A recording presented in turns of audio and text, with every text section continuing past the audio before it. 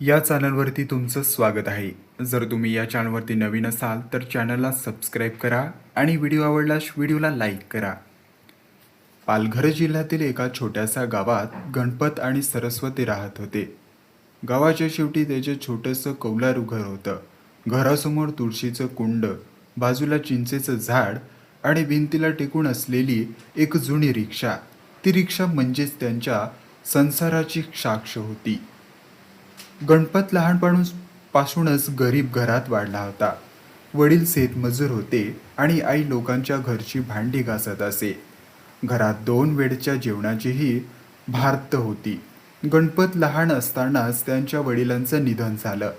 आईने कष्ट करून त्याला मोठं केलं. शाळा अर्धवट सोडून गणपत कामाला लागला. कधी विटा उचलायला, तर कधी बाजारात पोती वाहायचा, तर कधी बांधकामावर मजुरी करायचा. एक दिवस गावातल्या जत्रेत त्याने पहिल्यांदा सरस्वतीला पाहिलं. हिरव्या साडीतील, केसात गजरा मांडलेली आणि चेहऱ्यावर निसर्ग हसून असलेली सरस्वती त्याच्या मनात कायमचं घर करून गेली.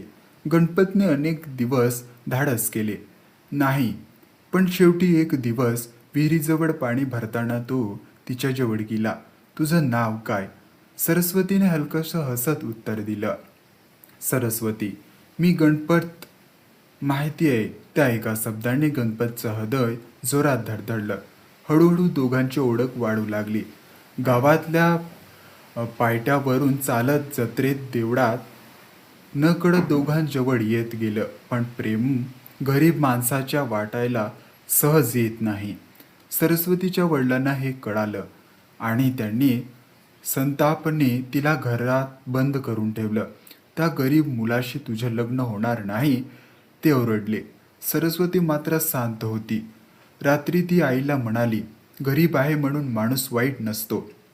शेवटी खूप संघर्षानंतर दोघांचं लग्न गावातल्या छोट्याशा मंदिरात काही नातेवाईकांच्या उपस्थितीत त्यांनी संसाराची सुरुवात केली.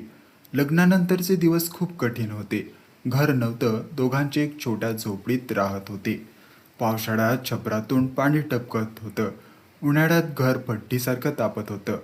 पण त्या सगळ्यात दोघंही आनंदी होतं. गणपत दिवसभर मेहनत करायचा. काही वर्षांनी त्याने कर्ज काढून जुनी रिक्षा घेतली. त्या दिवशी तो आनंदाने घरी आला. सरस्वती आपली रिक्षा झाली. सरस्वतीच्या डोळ्यात आनंदाचे अश्रू आले. आता आपला संसार खरंच पुढे जाईल. त्या दिवसापासून गणपत रिक्षा चालवू लागला. सकाळी 5 वाजता उठून तो स्टेशनावर जायचा. दिवसभर लोकांना ने-आण करायचा. उन्हात, पावसात, थंडीत त्याची धडपड सुरूच होती. सरस्वती घर सांभाळत होती. ती शेजाऱ्याच्या घरात शिवणकामही करायची. दोघं थोडे थोडे पैसे साठवत होते. काही वर्षांनी त्यांना पहिला मुलगा झाला. गणपतने मुलाला हातात घेतलं आणि त्याच्या डोळ्यात पाणी आलं.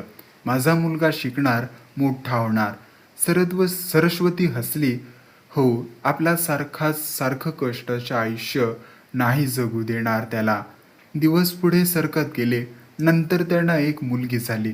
घरात आनंद वाढला. पण जबाबदाऱ्या देखील वाढल्या. गणपत आता अधिक मेहनत करू लागला. कधी कधी तो रात्री उशिरापर्यंत रिक्षा चालवत असे. घरी आल्यावर सरस्वती त्याच्यासाठी गरम भाकरी आणि कांद्यांची भाजी बनवून ठेवायची.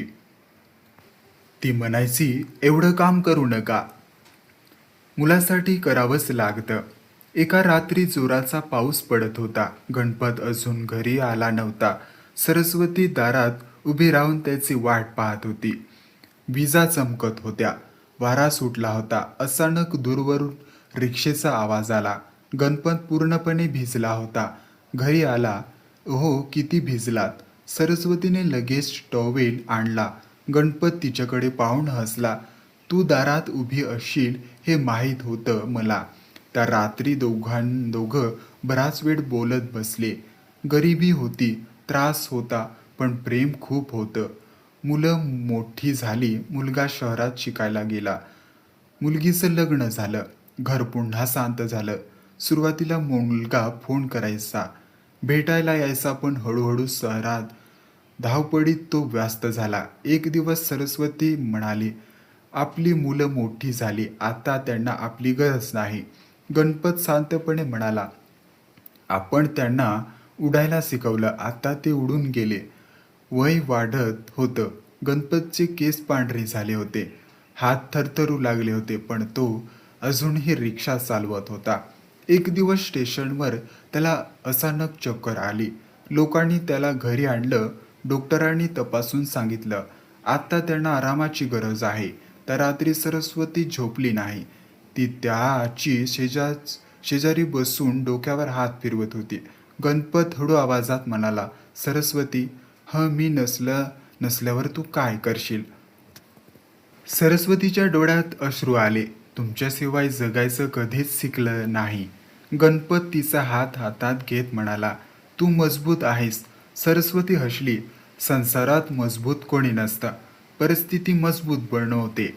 दिवस जात होते. गणपत आता अंथरुणाला खिळला होता. सरस्वती दिवस रात्र त्याची सेवा करत होती. स्वतःचं दुखणं ती विसरली होती. एक दिवस गणपतने तिला जवळ बोलावलं. माफ कर. कशासाठी?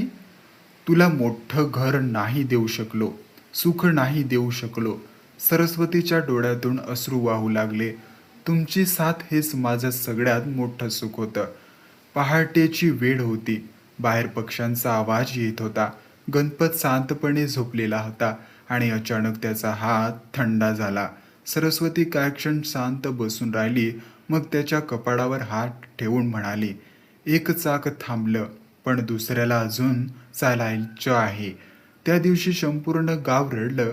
गणपत गेला होता, पण त्याच्या आठवणी प्रत्येक कोपऱ्यात जिवंत होत्या. दिवस पुढे सरकत गेले. सरस्वती रोज सकाळी घराबाहेर बसायची. बाजूला ती जुनी रिक्षा उभी असायची.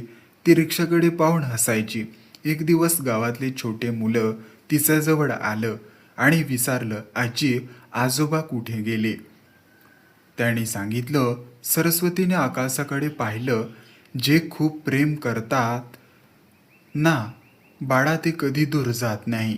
ते आठवण बनून कायमचे आपल्या जवळ असतात. आणि तिच्या डोळ्यातून अलगद अश्रू वाहू लागले, पण चेहऱ्यावर हसू होतं, कारण तिला माहिती होतं तिचा संसाराचं दुसरं चाक अजूनही तिच्यासोबत आहे, आठवणीच्या रूपात. ही तुम्हाला कथा कशी वाटली? जर तुम्हाला आवडली असेल तर व्हिडिओला लाईक करून चॅनलला सबस्क्राईब करा. धन्यवाद.